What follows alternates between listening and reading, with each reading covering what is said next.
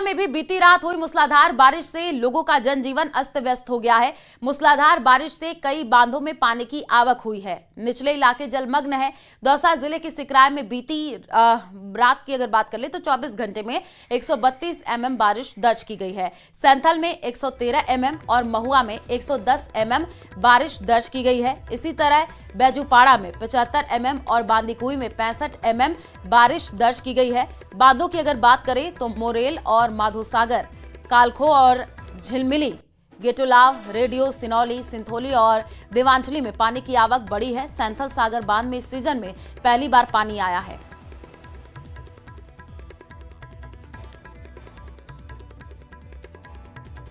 वहीं कोटपुतली के पावटा, शाहपुरा समेत आसपास के इलाकों में जम करके बारिश हुई है।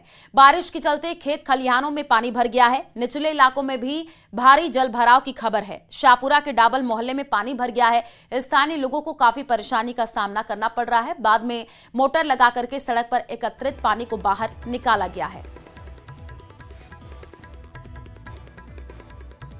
तो 3 तस्वीरें हम आपको स्क्रीन पर दिखा रहे हैं। सड़क पर जल भराव है। मोटर से कई जगहों पर पानी निकाला जा रहा है क्योंकि घरों में पानी घुस गया है। निचले इलाकों में भारी जल भराव की स्थिति देखने को मिल रही है। तो कोटपुतली में जम करके बारिश हुई है। बारिश के बाद सड़कों के क्या हालात हैं, खेत खलिहानों के क्या हालात हैं, कितना पानी भरा हुआ है, आप तस्वीरों से अंदाजा लगाइए। निचले इलाकों में भारी जल भराव की स्थिति देखने को मिल रही है।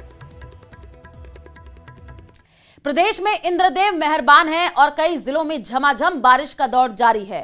बीती रात अंधड़ बारिश ने दौसा में जम करके तबाही मचाई है। वहीं करौली और सीकर में भी भारी बारिश दर्ज की गई है। ये रिपोर्ट देखिए।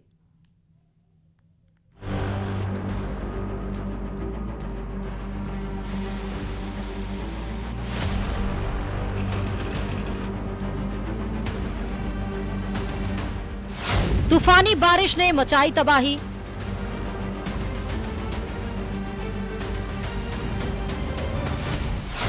आधी रात को बादलों की गड़गड़ाहट,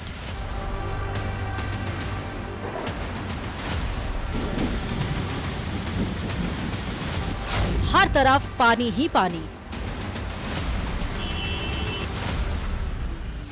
पेड़, बिजली के पोल गिरे।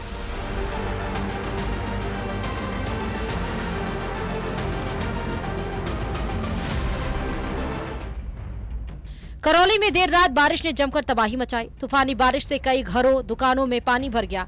वहीं रास्तों में पानी भर गया जिससे सड़कें दरिया बनी नजर आईं। इसके चलते सुबह सुबह स्कूली बच्चे और काम पर जाने वाले लोगों को खासी परेशानी का सामना करना पड़ा।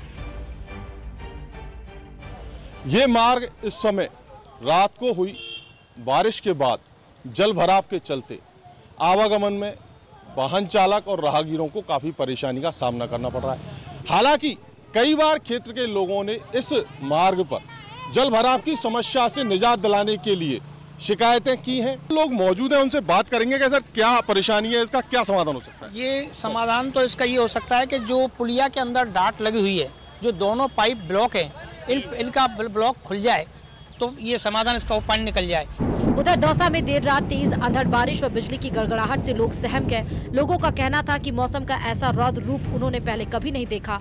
अंधड़ के चलते कई जगह पेड़ उखड़ गए और बिजली के पोल धराशायी हो गए। इसके चलते कई इलाकों में सुबह स्कूल बसें बच्चों को लेने नहीं पहुंच पाई। यहाँ पर ये सड़क के बीच में पेड़ गिरा है। हालांकि पेड़ को हटाया जा रहा है लेकिन रास्ता प्रभावित हो चुका है। जो गाड़ियां हैं वो एक छोर से दूसरी छोर पर नहीं जा पा रही हैं। और ये तस्वीर केवल इस जगह की नहीं है, जहाँ भी जाओगे आप इस तरह की तस्वीरें देखने को मिलेगी। यानी 3 से 4 किलोमीटर तक की यात्रा भी आप अब नहीं कर सकते हैं क्योंकि हर 3 से 4 किलोमीटर पे कोई न कोई पेड़ सड़क पर मिल ही जा रहा है और इसी कारण लोग काफी परेशान हो रहे हैं, प्रभावित हो रहे हैं। सीकर जिले के नीम का थाना समेत फतेहपुर, लक्ष्मणगढ़ और आसपास के इलाकों में भी देर रात जमकर बारिश हुई। बारिश का ये दौर सुबह तक जारी रहा। बारिश से लोगों को भीषण गर्मी से निजात तो मिली लेकिन कई इलाकों में जल भराव के हालात हो गए। नीम का थाना के छावनी, railway, Bugda, Shahpura road, Laxmi talkies road सहित कई रेलवे अंडरपास में पानी भरने से लोगों को काफी परेशानियों का सामना करना पड़ रहा है। पिछले 24 घंटे में प्रदेश में कई जगह मेघ गर्जन के साथ बारिश दर्ज की गई। मौसम विभाग के मुताबिक मानसून ट्रफ लाइन राज्य के उत्तरी भागों से होकर गुजर रही है। हिमाचल प्रदेश और पंजाब के आसपास ऊपरी हवा का चक्रवात सक्रिय है। पूर्वी राजस्थान में 12 जुलाई तक बारिश का दौर जारी रहेगा। भारी बारिश की भी संभावना है। Bureau report, news 18 Rajasthan.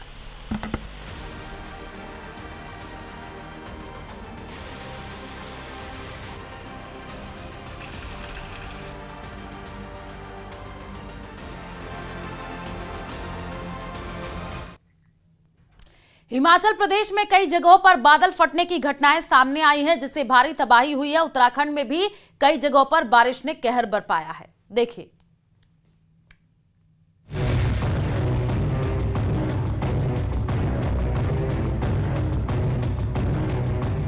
Uttarakhand से लेकर हिमाचल प्रदेश के पहाड़ों में जबरदस्त बारिश के बाद में तबाही दिख रही है। हिमाचल प्रदेश के चंबा में बादल फट गया। यहाँ पर चुराह में बादल फटने से भारी तबाही हुई है। एक पुल पूरी तरह से क्षतिग्रस्त हो गया। हिमाचल की मंडी में भी बादल फटने की घटना सामने आई। यहाँ पर 3 फुट ओवर ब्रिज सैलाब में बह गया। वहीं एक गाड़ी भी चपेट में आई। हिमाचल में कुदरत की मार से त्राहिमाम है। राज्य में अब तक 70 से ज्यादा लोगों की जान जा चुकी है। वहीं 35 से ज्यादा लोग लापता है। 250 से ज्यादा मवेशी भी मारे गए। हिमाचल के हमीरपुर में मूसलाधार बारिश से उफान पर आए एक नाले ने रौद्र रूप ले लिया, जिसकी वजह से एक ट्रक फंस गया। वहीं मशक्कत के बाद भी ट्रक को बाहर निकाला गया। उत्तराखंड के पिथौरागढ़ में बॉर्डर इलाके को जोड़ने वाली सड़कें लैंडस्लाइड की वजह से बंद हो गई। लिपुलेख बॉर्डर को जोड़ने वाली रोड भी तवा घाट के पास में बाधित हो गई।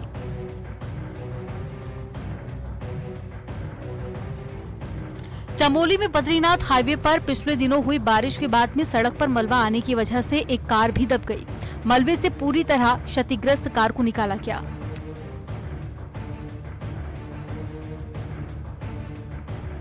उत्तरकाशी में भारी बारिश मुसीबत का सबब बन गई है। हर्षिल में जालिंधरी नदी उफान पर है। 2 पैदल लकड़ी के पुल बह गए और बरसाती नाले में 2 लोगों के बहने की खबर है।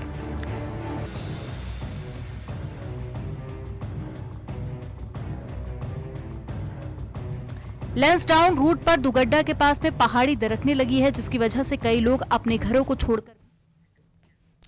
मुहर्रम पर बिहार के कई जिलों में पथराव और बवाल हुआ है। कटिहार में उपद्रवियों ने मंदिर पर पथराव किया तो समस्तीपुर में पूजा सामग्री की दुकान में तोड़फोड़ किया गया। गोपालगंज में भी ताजिया जुलूस के दौरान 2 पक्ष आपस में भिड़ गए। बड़ा सवाल है कि मुहर्रम पर गुंडागर्दी क्यों हो रही है, कौन माहौल बिगाड़ रहा है, ये इस रिपोर्ट में समझिए। में 17वें ब्रिक्स सम्मेलन में सदस्य देशों ने 31 पेज और 126 पॉइंट वाला एक ज्वाइंट घोषणा पत्र जारी किया। इसमें पहलगाम आतंकी हमले की निंदा की गई। ब्रिक्स घोषणा पत्र में आतंकवाद से लड़ने के लिए प्रतिबद्धता भी दर्शाई गई है।